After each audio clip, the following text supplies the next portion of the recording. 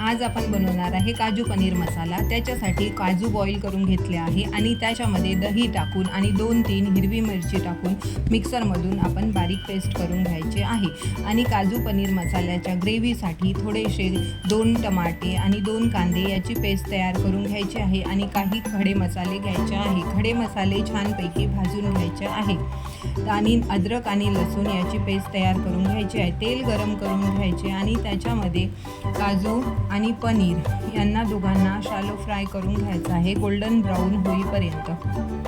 नंतर पनीर आणि काजू फ्राय करून घेतल्यानंतर आपले खडे मसाले त्याच्यामध्ये टाकून कांदे आणि टमाटर याची पेस्ट टाकून चांगल्यापैकी हलवून घ्यायचं। त्याच्यामध्ये थोडेसे जिरा, धनिया पावडर, काळा मसाला, तिखट, हळदी पावडर आणि मीठ टाकून सर्व एकत्र करून घ्यायचं आहे। आणि त्याच्यामध्ये नंतर आपण दही टाकून पेस्ट तयार केलेली आहे ती टाकून द्यायची।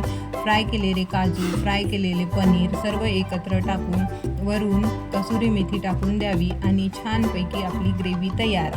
असा आपला तयार झाला काजू पनीर मसाला।